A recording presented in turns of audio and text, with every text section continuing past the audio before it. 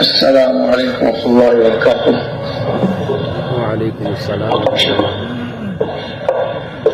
الحمد للہ نحمده ونستعینه ونستغفره ونؤمن به ونتوکل علیہ ونعوذ باللہ من شرور انفسنا ومن سیئات اعمالنا ونعوذ باللہ من شرور انفسنا ومن سیئات اعمالنا من يهده الله فلا مضل له ومن يضلله فلا هادي له ونشهد ان لا اله الا الله وحده لا شريك له ونشهد ان سيدنا ومولانا وحبيبنا محمدا عبده ورسوله ارسله بالحق بشيرا ونذيرا بين يدي الساعه وداعيا الى الله باذنه وسراجا منيرا صلى الله تعالى عليه وعلى آله وأصحابه وبارك وسلم تسليما كثيرا كثيرا.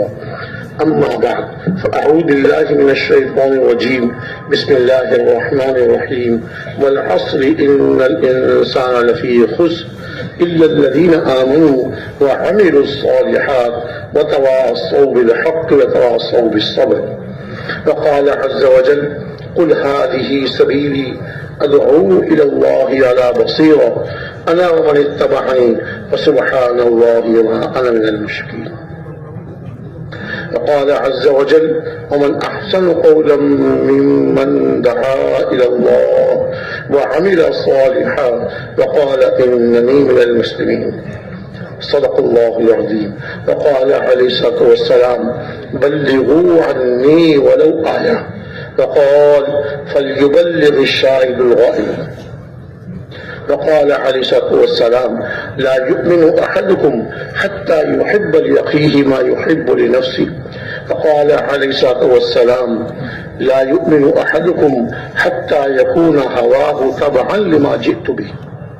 وقال عليه الصلاة والسلام نظر الله امرأ سمع مقالتي فوعاها ثم أداها كما سمعها فرب مبلغ أو عام سامع أو كما قال عليه الصلاة والسلام. میرے محترم بھائیو، دوستوں اور بزرگوں،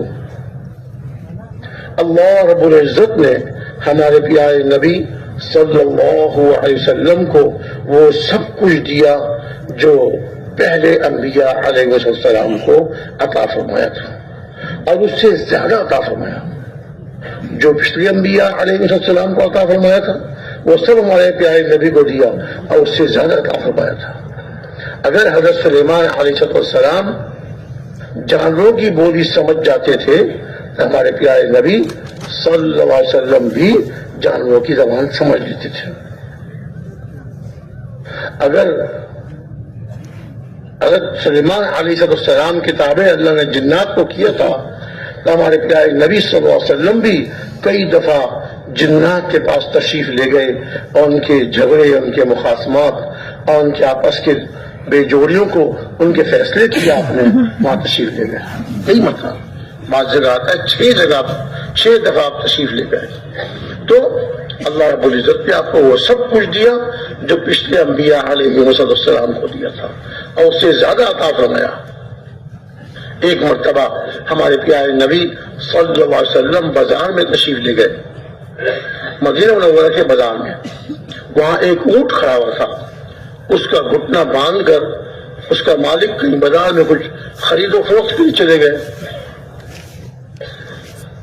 جو دوسرے جانور ہیں، گائے ہے، بھینس ہے، گھوڑا ہے، اس کے تو گلے میں رسی ڈال کر وہ رسی کسی کھونٹے سے باندھ دیتے ہیں یا کسی دیوار میں کوئی چیز ہوتی ہے اس سے باندھ دیتے ہیں، لیکن اونٹ کے لیے اس کا بایاں اگلا گھٹنا موڑ کر اس کو باندھ دیتے ہیں تو اونٹ بن جاتا ہے، 1-2 قدم اچھل کے چلا جاتا ہے، کہیں دور نہیں جاتا.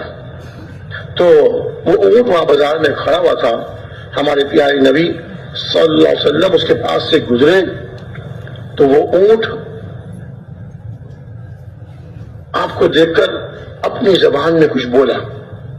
ہمارے پیارے نبی صلی اللہ علیہ وسلم نے اعلان فرمایا کہ اس کا مالک کون ہے، اس اونٹ کا مالک کون ہے. ایک صحابی حاضر خدمت ہوئے کہ رسول اللہ یہ اونٹ میرا ہے. آپ نے ارشاد فرمایا کہ اس اونٹ نے مجھ سے شکایت کی ہے، اس اونٹ نے مجھ سے شکایت کی ہے کہ میرا مالک مجھ سے کام زیادہ لیتا ہے اور کھانے کو تھوڑا دیتا ہے۔ آپ نے ارشاد فرمایا کہ اس اونٹ نے مجھ سے شکایت کی ہے کہ میرا مالک مجھ سے کام زیادہ لیتا ہے اور کھانے کو کم دیتا ہے۔ ان صحابی نے عرض کیا رسول اللہ، پہلے میں اللہ عز و جل سے توبہ استغفار کرتا ہوں، اللہ سے معافی مانگتا ہوں، پھر آپ سے عرض کرتا ہوں کہ اب آئندہ انشاءاللہ اس سے کام بھی زیادہ نہیں لوں گا اور کھانے کو ہی پورا دوں گا۔ آپ کو شکر۔